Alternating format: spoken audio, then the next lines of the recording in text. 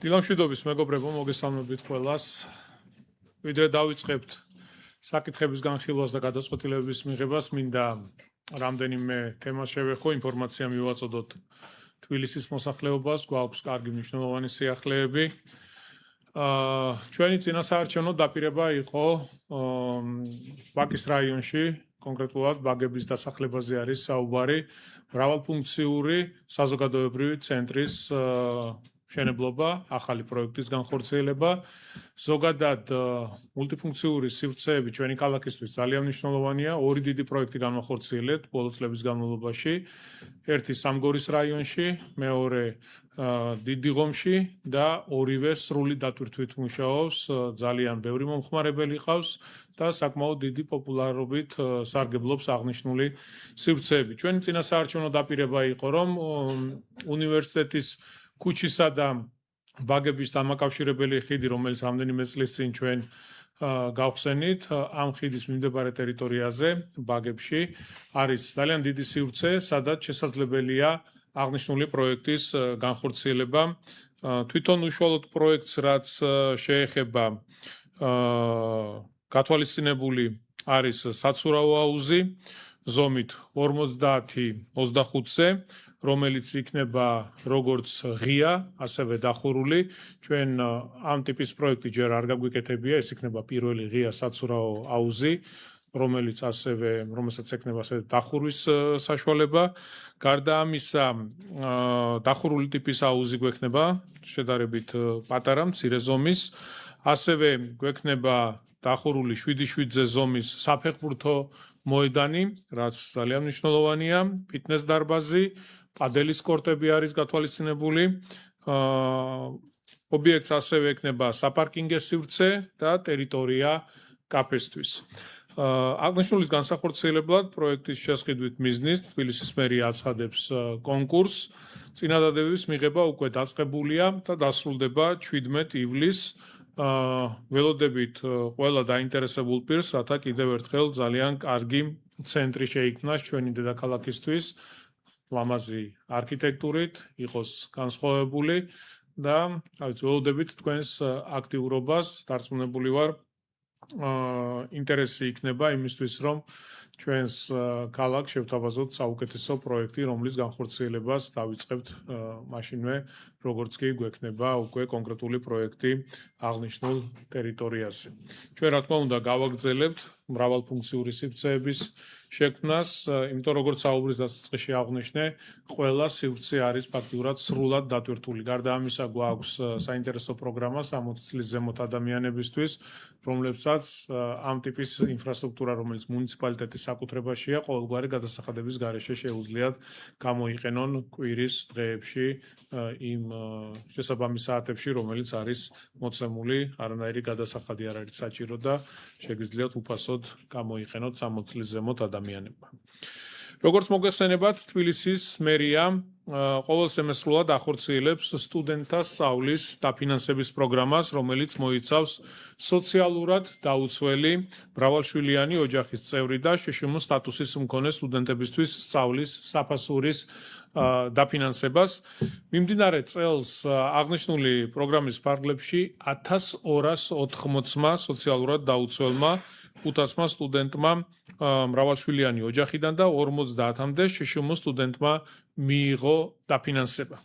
ჩვენ ასევე გავცემთ სტიპენდიის მაგისტრატურის საფეხურის სტუდენტებისთვის, რომელიც ამ ეტაპზე უნიკალურია, შესაბამისად მივესალმებით აღნიშნული მიმართულებით განათლების, მეცნიერებისა და ახალგაზრდობის სამინისტროს მიერ ინიცირებულ რეფორმას, რომელიც საჯარო უნივერსიტეტებში სწავლის საფასურის სრულ დაფინანსებას ითვალისწინებს. მიგვაჩნია, რომ აღნიშნული ცვლილება მნიშვნელოვნად გაზრდის უმაღლესი განათლების ხელმისაწვდომობასა და შესაბამისად, რა თქმა უნდა, ასევე გაიზრდება ხარისხიც. ამ რეფორმის პარალელურად ვიწყებთ მუნიციპალური პროგრამის შინაარსობრივ განახლებას, რომლის ფარგლებშიც უკვე მიმდინარე წლის შემოდგომის სემესტრიდან გეგმავთ ორ მნიშვნელოვან სიახლეს სტუდენტებისთვის. წარმატებული მაგისტრანტების სტიპენდია გაიზრდება და სემესტრულად თქვენ იცით რომ იყო 562 ლარი, ნაცვლად 562 ლარისა იქნება 1000 ლარი, რაც ვფიქრობ კიდევ უფრო აამაღლებს სტუდენტების მოტივაციას. ვქმნით ასევე ახალ პროგრამას სახელწოდებით ახალგაზრდა მეცნიერები თბილისისთვის. პროგრამის ფარგლებში კვლევითი გრანტებით დავაფინანსებთ იმ ახალგაზრდა მკვლევარებს, რომელიც დედაქალაქის გამოწვევების გადაჭრასა და ინოვაციურ იდეების შემუშავებაზე იმუშავებენ. მუნიციპალური საჭიროებების გათვალისწინებით დეფიციტური სფეროების განსაზღვრა ყოველწლიურად განხორციელდება. აქვე ხაზგასმით მინდა აღვნიშნო, რომ გაგრძელდება იმ სტუდენტების სწავლის დაფინანსების პროგრამა, რომლებმაც 2026-2027 სასწავლო წლამდე მოიპოვეს სწავლის უფლება სახელმწიფო ან კერძო უმაღლეს საგანმანათლებლო დაწესებულებებში. ვფიქრობ, ძალიან მნიშვნელოვანი საჭირო ცვლილებებია თბილისის მერია მომავალშიც აქტიურად დაუჭერს მხარს ჩვენი ახალგაზრდების საგანმანათლებლო და პროფესიულ წინსვლას. ჩვენ გვაქვს სხვა ბევრი მნიშვნელოვანი და საინტერესო პროგრამა, როგორც სოციალური, ასევე ჯანდაცვის მიმართულებით და რა თქმა უნდა, ყოველთვის გვერდით დაუდგებით იმ ოჯახებს, იმ ადამიანებს, ვინც ჯერ კიდევ საჭიროებს სახელმწიფოს მხრიდან მხარდაჭერას და თანადგომას. ჩვენთვის ყველაზე მთავარი და მნიშვნელოვანი არის ადამიანი.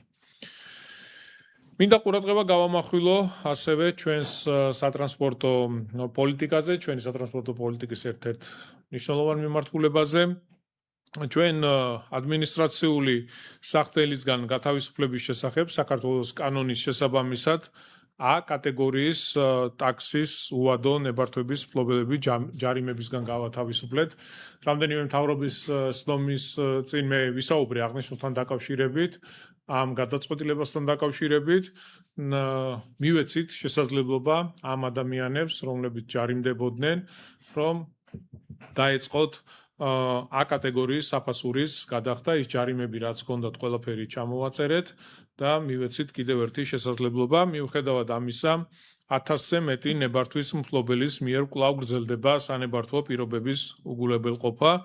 ისინი კვლავ არ იხდიან ნებართვის გაცემის საფასურს და წინა თვეების დაგროვილ დავალიანებასთან ერთად ყოველდღიურად ემატებათ შესაბამისი ოდენობის თანხა. მე მინდა კიდევ ერთხელ მოუწოდო აღნიშნული ლიცენზიის მფლობელებს, ვინც არ იხდის მოსაკრებელს, რომ მეგობრებო, აუცილებლად გადაიხადეთ, წინააღმდეგ შემთხვევაში ჩვენ უკვე მოგვიწევს ამ ნებართვების გაუქმება, რომელიც შემდეგ ვერანაირად ვერ აღდგება. ამიტომ რომ არ იყოს რაღაცა სიახლე, კიდევ ერთხელ მოგიწოდებთ, გთხოვთ, რომ გადაიხადეთ მოსაკრებელი, წინააღმდეგ შემთხვევაში მოგვიწევს აღნიშნული ლიცენზიები გავაუქმოთ. ჩვენ რა თქმა უნდა ყველა ლიცენზიის მფლობელს უგზავნით შესაბამის ტექსტურ შეტყობინებას ტელეფონზე, რომ ინფორმაცია გქონდეთ ამ ადამიანებს, ასე რომ იაქტიურებთ. წინააღმდეგ შემთხვევაში არავის არ უხარია ამის გაკეთება, თუმცა სხვანაირად უბრალოდ შეუძლებელი იქნება და მოგვიწევს კონკრეტული ნაბიჯების გადადგმა. თბილისის მუნიციპალიტეტის მერიის გარემოს დაცვის საქალაქო სამსახური ჩუღურეთის რაიონში 2 სივრცის სარეაბილიტაციო სამუშაოებს ახორციელებს, სადაც გვინდა რომ მთლიანად მოვაწესრიგოთ აღნიშნული ტერიტორია. პარკების და რეკრეაციული სივრცეების არსებობა ჩვენთვის ძალიან მნიშვნელოვანია. ბოლო წლებში ბევრი კარგი პროექტი განხორციელდა დედაქალაქში და რა თქმა უნდა ეს ტენდენცია გრძელდება. იმიტომ გვინდა რომ ყველა რაიონში, ყველა უბანში, სადაც ამის საშუალება და შესაძლებლობა არსებობს, ყველგან მოვაწესრიგოთ და გავაკეთოთ ახალი რეკრეაციული სივრცეები. ამჯერად სამუშაოები დავით აღმაშენებლის გამზირის ნომერ 46-ის მიმდებარედ და ჩიტაიას ქუჩაზე მდებარე სკვერებში მიმდინარეობს. პროექტის ფარგლებში მოეწყობა საფეხმავლო ბილიკები, სარწყავი და გარე განათების სისტემები, დამონტაჟდება განათების ბოძები, სრულად განახლდება ამორტიზირებული საბაღო ინვენტარი და განთავსდება სასმელი წყლის შადრევნები. განსაკუთრებული ყურადღება დაეთმობა გამწვანების სამუშაოებს, დაირღვება ახალი ხემცენარეები და რულონური ბალახი. ჩიტაიას ქუჩაზე მდებარე სკვერის პროექტი ასევე ითვალისწინებს საბავშვო მოედნის მოწყობისა და არსებული სპორტული სივრცის განახლებას, დამატებით განხორციელდება შადრევნის, იქ არსებული შადრევნის რეაბილიტაცია და იქ არსებული სივრცეები იქნება ყველანაირად მოწესრიგებული და პირველ რიგში იქ მცხოვრებ ადამიანებს ექნება ადგილი, სადაც შეძლებენ დასვენებას, ვარჯის, განთვირთვას, რაც პირველ რიგში ადგილობრივი მოსახლეობისთვის არის ძალიან მნიშვნელოვანი. სკვერისარეაბილიტაციო სამუშაოები მიმდინარეობს ასევე ლოტკინის დასახლებაში, კერძოდ ხუდადოვის ქუჩა ნომერ 102-თან. პროექტის მიხედვით დაახლოებით 9 ჰექტარ ტერიტორიაზე ცოტა ნაკლები ფართობზე ინფრასტრუქტურული და გამწვანების სამუშაოები შესრულდება, დაირგვება სხვადასხვა სახის ხელმცენარეები, ასევე მოეწყობა საბავშვო გასართობი ატრაქციონები, საფეხმავლო ბილიკები იქნება პროექტის სახით განხორციელებული, მოსასვენებელი პავილიონები, გარდა ამისა დამონტაჟდება სარწყავი სისტემა, ვიდეო მონიტორინგის კამერები, მოეწყობა გარეგანათების ქსელი, საერთო სარგებლობის კიბე და საყრდენი კედლები, რომ ყველანაირად უსაფრთხო იყოს აღნიშნული სივრცე. მისამართზე ამორტიზირებული ინფრასტრუქტურის სადემონტაჟო სამუშაოები უკვე განხორციელდა. გარე პერიმეტრზე მოეწყო ბორდიური ტერიტორია უსაფრთხოების ლითონის ღობით შემოისაზღვრა, ასევე სხვა ფორმირება ჩაუტარდა არსებულ ხელმცენარეებს. ამ ეტაპზე გრუნტის მოჭრის სამუშაოები მიმდინარეობს და ძალიან მალე უკვე დავიწყებთ უშუალოდ იმ პროექტის განხორციელებას, რომელზეც ვსაუბრობდით, რომ ეს ტერიტორია ყველანაირად იყოს გამართული, ყველანაირად იყოს მოწესრიგებული და ადამიანებმა შეძლონ აღნიშნული სივრცის გამოყენება. ეს იყო რის თქმაც მინდოდა მეგობრებო, ახლა შეგვიძლია უკვე გადავიდეთ დღის ეს რიგით გათვალისწინებული საკითხების განხილვაზე და გადაწყვეტილების მიღებას. მადლობა.